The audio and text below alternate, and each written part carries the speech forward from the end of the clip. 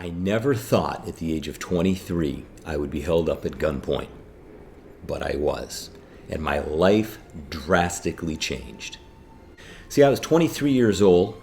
I was working in the banking industry for 2 years. Started off in Cincinnati, which is where I fell in love with SkyLine Chili. A 3-way, 2 cheese conies, and a Dr. Pepper was the standard Friday afternoon fare. Then I got promoted to assistant manager. They moved me to Indianapolis, and by the world's standards, you could say I was on my way. I was a recent graduate from Indiana University and getting early promotions. But between you and me, I hated it. I was dying a little bit every day. It was like death by 1,000 cuts, draining the life from my soul every day I drove to work. But that's what young men are supposed to do, right? Get an education, get a job, climb the corporate ladder. But in January of 1990, all of that changed when my life was spared.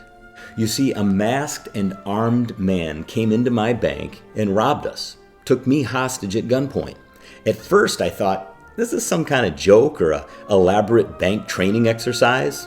Come on, I'm in a nice part, a suburb of Indianapolis called Geist Station. There's beautiful homes, strip malls. This type of stuff doesn't happen in this kind of neighborhood. Oh, yes, it does. You see, desperate people will do desperate things. He ordered me up from behind my desk, and I realized that this was the real deal when he ordered the money from the teller and told me to come with him. And as we left the bank, he turned and said to the teller, "If you call the police, I'm going to shoot him." We got into my car, and as he was fumbling with the bag of money, the gun, the keys, and the handkerchief above his face, he let his hand down, and at that point, I turned and looked straight into his eyes. At that point, he raised the gun and he said, "You look at me again and I'm going to shoot you right here. You look out that window." So I turned to look out the passenger side of the window. As we drove behind the strip mall, I saw one dumpster and then another dumpster, and I kept thinking to myself of these movies I had seen where a man gets shot and his brains are splattered against the window. And that's what I thought was going to happen when he slowed down the car and told me to get out. And I took off running. He sped away, and I called the police. After I had a meeting with the police and the bank president to tell them what happened, I drove home to my apartment. And I didn't sleep a wink that night. I started to imagine what would have happened if I had been shot. What if I had become crippled and paralyzed? I had to live in a wheelchair for the rest of my life. What if? Of course I had thought about what God would say. After all, I wasn't living my life for anything of real value. I was looking for the next party, the next good time, the next girl to chase, anything to distract me from the reality that I was slowly dying in a job that I hated. What happened to me? I was a go-getter, an entrepreneur. My senior year in college, I started a t-shirt business, and I made $25,000 profit after all expenses, working part-time, and going to school full-time.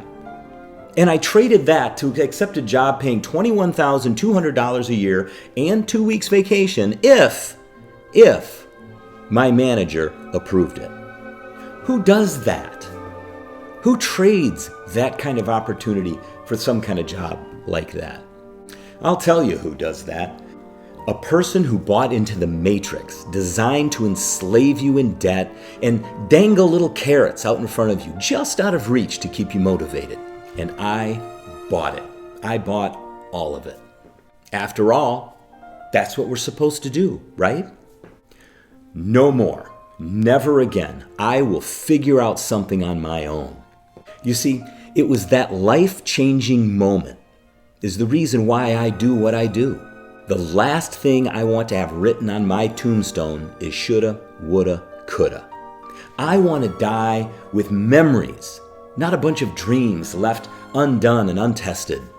Our most valuable asset is the time allocated to us every day. Each day, 1,440 minutes of our life clock are ticking away, never to be recovered again. And that is why Big Boy Shorts was created. I tell short stories designed to encourage you and to persevere, to go for it, to be the big kahuna in your life. There are no dress rehearsals, and it's time for you to take center stage in your life.